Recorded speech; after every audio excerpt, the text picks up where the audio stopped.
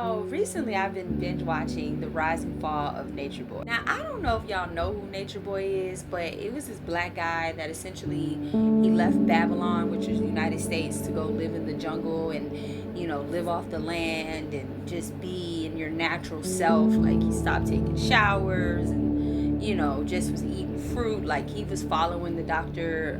Sebi diet. Like just eventually they wound up categorizing it as a sex cult because men and women were coming to this place, but it just turned really devious. And they were just making babies with strangers and living off the land, and then it got really demented. He started getting really controlling, and now he's a three god, and I am the truth, I am the Messiah, I'm your savior. Like Jesus isn't real because I'm the Messiah. Like, wow. Now what that made me think, especially after I went and started doing like where are they now interviews, like looking on that, and what made me think is that these people went there in the first place looking for truth. They were looking for knowledge. They wanted to actually operate in their true purpose and their true self. And I think a lot of us are in that space, especially right now. I don't know if you guys remember, but back in 2020 and during the pandemic, they said that was the year for the rise of black people becoming woke, and the black consciousness group, they really took off around that time, if you guys remember. And they were like a off branch of the black consciousness group. They were called Carbon Nation. And the thing about watching that afterwards, like I was just processing the information and I was really inspired. And no, I wasn't inspired to be a part of a sex cult, but what I was inspired by was the fact that it was fascinating to me that he was lying to these people with the truth. The reason why I say that is because he was saying a lot of principles that were true, but then he would throw his own spin on it and he would say things that sounded true or sounded good. So that's why I call it lying with the truth. What made me think though is like I need to go research and I need to reevaluate some things within my own life. Like how many things have I took for law because it was a person that I respected. It was a person that I thought, was doing the damn thing in that arena that I was, asking about. So I encourage everybody to take the time to actually do the research. When you find something that resonates with you, whether it's something that you like or don't like, figure out why you don't like it. Figure out why you do like it. Figure out what is it bringing out in you, what questions is it stirring up. Like in order to really have truth, you have to understand that it has to always be true, no matter who, what, when, where, why, or how.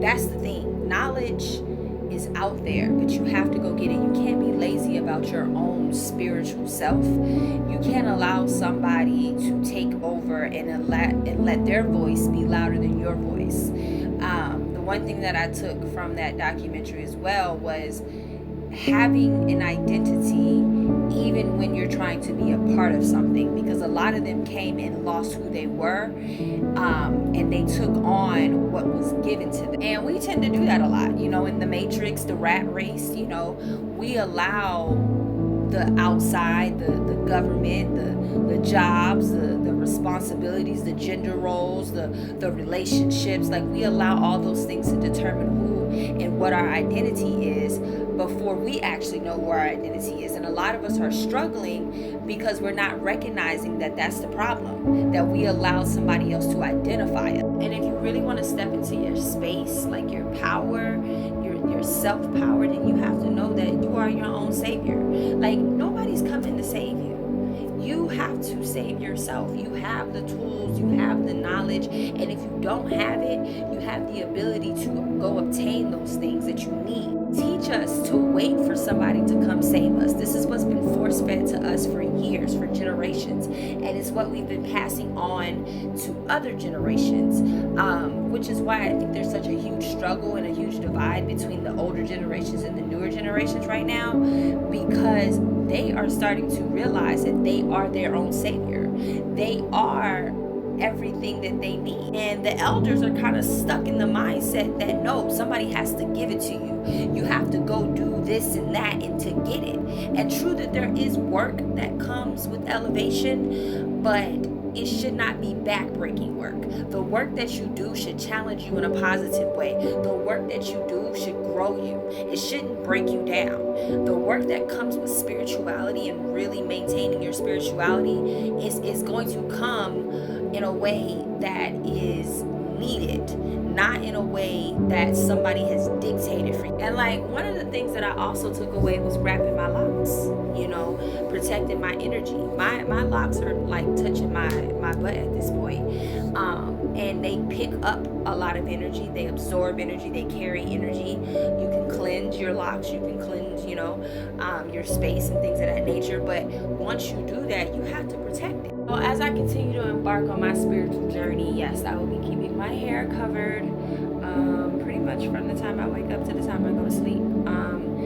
And I've already been noticing in the past couple of days, like I've been sitting around like energy that normally would affect me, and it hasn't. Like, if anything, while I'm in that moment, I was feeling the tingling of my crown chakra. I was feeling how I was feeling myself react to the stuff, but I was not feeling myself giving a reaction. I wasn't exchanging the emotional and the mental energy with it. You know what I'm saying? Like, I was still involved. I was still very much present in the moment, but I wasn't involved. I wasn't intertwined. I wasn't intersected into the moment. Does that make sense? And my birthday's about to come up.